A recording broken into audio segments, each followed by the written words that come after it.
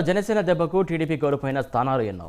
Power star గెలుచుకున్న చంద్రబాబు పార్టీని ఓడించడంలో success అయ్యిందని, మధ్యలో జగన్ ఛాన్స్ కొట్టేశారని 2019 ఎన్నికల ఫలితాలను విశ్లేషించినటువంటి వారంతా నిర్ధారించారు. తనకు కూడా జనసేన బాధిత నియోజకవర్గమే. ఈసారి ఈ రెండు పార్టీలు పొత్తు పెట్టుకోవడంతో తనకు సీటు టీడీపీ ఖాతాలో పడుతుందా? జగన్ చక్రం తిప్పుతారా?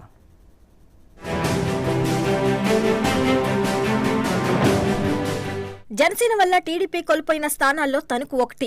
ఇక్కడ 2019లో టీడీపీ అభ్యర్థి ఆరమిల్లి రాధాకృష్ణ కేవలం 2000కు పైచిలుకు ఓట్ల తేడాతో ఓడిపోయారు. వైసీపీ తరపున పోటీ చేసిన కారుమూరి వెంకట నాగేశ్వరరావు 75,975 ఓట్లు సాధించారు. టీడీపీ అభ్యర్థి ఆరమిల్లి రాధాకృష్ణ 73,789 ఓట్లు మాత్రమే సాధించారు. వీరిద్దరి మధ్య 2,186 ఓట్లు వ్యత్యాసమే ఉంది.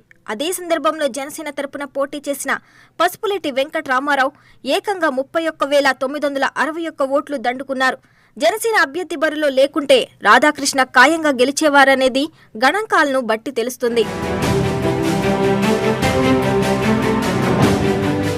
జగన్ సర్కార్లో కారుమూరికి మంత్రి పదవి లభించడంతో తణుకులో వైసీపీ బలపడింది.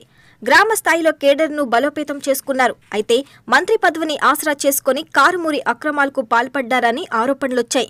తన విజయానికి అహర్నిశలు కష్టపడిన పార్టీ నాయకులను పక్కన పెట్టి కొత్త నాయకులను దగ్గరికి చేర్చుకోవడంతో నియోజకవర్గంలో కారుమూరి పట్ల పార్టీ కార్యకర్తల్లో అసంతృప్తి పెరిగింది. ఇక మరోవైపు టీడీపీ జనసేన పొత్తు పెట్టుకోవడంతో కారుమూరికి సమస్యలు మరింత పెరిగాయి.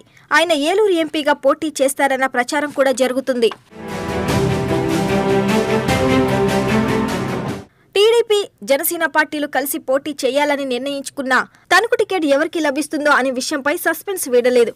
జనసేన అధినేత పవన్ కళ్యాణ్ వారాహి యాత్ర సందర్భంగా తణుకులో తమ పార్టీ అభ్యర్థిగా విడివాడ రామచంద్రరావును ప్రకటించారు. అప్పటి నుంచి టీడీపీ నాయకుల్లో గుబులు రేగింది.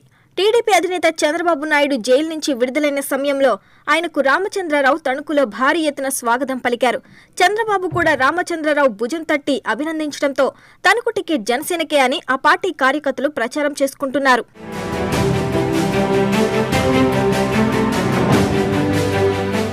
అయితే 2019లో కేవలం 2,000 ఓట్ల తేడాతో ఓడిపోయిన టీడీపీ అభ్యర్థి ఆరమిల్లి రాధాకృష్ణ ఈసారి టికెట్ తనకే వస్తుందని, విజయం కూడా సాధిస్తానన్న ధీమాతో ఉన్నారు.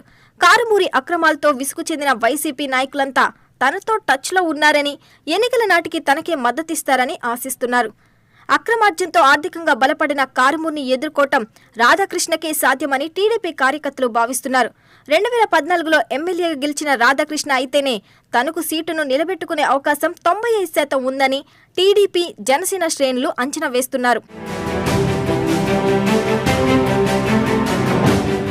జనసేన అభ్యర్థి విడివాడ రామచంద్రరావు 10 ఏళ్లుగా ప్రజలతో మమేకమై ఉన్నారు. అయినా ఆర్థికంగా బలమైన అభ్యర్థి కాకపోవడంతో కారుమూరిని ఎదుర్కోవటం కష్టమని జన సైనికులే పెదవి విరుస్తున్నారు. అయితే నియోజకవర్గంలో 75,000కు పైగా ఉన్న కాపు సామాజిక వర్గం ఓట్లపై విడివాడ నమ్మకం పెట్టుకున్నారు. తణుకు విషయంలో చంద్రబాబు పవన్ల మధ్యలో ఏముందో మాత్రం ఎవరికీ తెలియదు. టికెట్ ఎవరికి ఇచ్చినా టీడీపీ జనసేనల స్నేహం వైసీపీకి శాపంగా మారుతుందనడంలో సందేహం లేదని తణుకు జనాలు చర్చించుకుంటున్నారు.